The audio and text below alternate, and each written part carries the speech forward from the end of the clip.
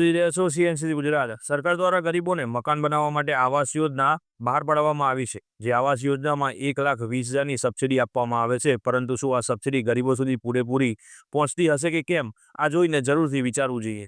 પાટણના અબલુઆ ગામે ભરતજી ઠાકોર, જેમને પ્રધાનમંત્રી આવાસ યોજના અંતર્ગત 1,20,000ની સબસિડી એનાયત કરવામાં આવી હતી, અને જેથી ગરીબો તેમના મકાન બનાવી શકે, આ સબસિડી ગરીબો સુધી પહોંચતી કેમ નથી, તે એક પ્રશ્ન ઊભો થયો છે। ભરતજી ઠાકોર, કે જેમણે પોતાનું મકાન બનાવવા માટે આ મકાન બનાવવાનું શરૂ કર્યું, માજી સરપંચ અને તેમના દીકરા, કે જેઓએ 40,000ની સબસિડી ઉપલી અધિકારીને પૈસા આપવાના છે તેવું કહીને 20,000 રૂપિયા પડાવી દીધા, અને હવે કહેવામાં આવે છે કે તેમને બીજા પૈસા વધુ કામ કર્યા પછી મળશે। જ્યારે ભરતજી પાસે હવે મકાન બનાવવા માટેના પૂરતા પૈસા નથી, અને આ મકાનને આગળ વધારવા માટે પૈસાની જરૂરિયાત ઊભી થઈ છે। તલાટી તેમજ માજી સરપંચના દીકરા ભેગા મળીને લાંચના રૂપિયા કેટલાય લોકોના ચાવ કરી ગયા છે। ભરતજી ઠાકોરનું તેવું કહેવું થાય છે। ભરતજી પાસેથી વધુ વિગત મેળવીએ કે તેમને કેવી રીતે આ પૈસા આપ્યા। તમારું નામ શું? મારું નામ ભરતજી। ભરતજી, તમારી જોડે લાંચ પેટે કોણે અને કયા કારણોસર પૈસાની માગણી કરવામાં આવી, તે સમગ્ર વિગત આપો।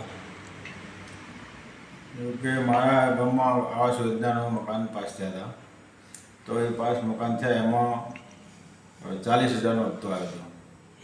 40,000માં 20,000 એમના મારા તલાટીના પેટે, જે એમના વચેટિયા લોકો હતા, તેમને વચ્ચે 20,000 એમની માગણી કરીને એમને માગી લીધા, તો 20,000 મારી જોડે પહોંચ્યા।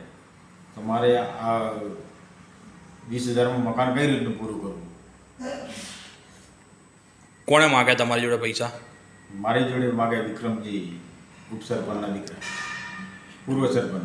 પૂર્વ સરપંચના દીકરાએ હા, તલાટીના નામે પૈસાની માગણી કરી। હા, તલાટી મારા સાહેબોને આપવાના છે, મારા આ સાહેબને આપવાના છે, એવું નામ પાડીને પૈસા જુદા જુદા સાહેબના નામે પૈસા માગણી કરી અને તમારી જોડેથી પૈસા પડાવી લીધા। હા।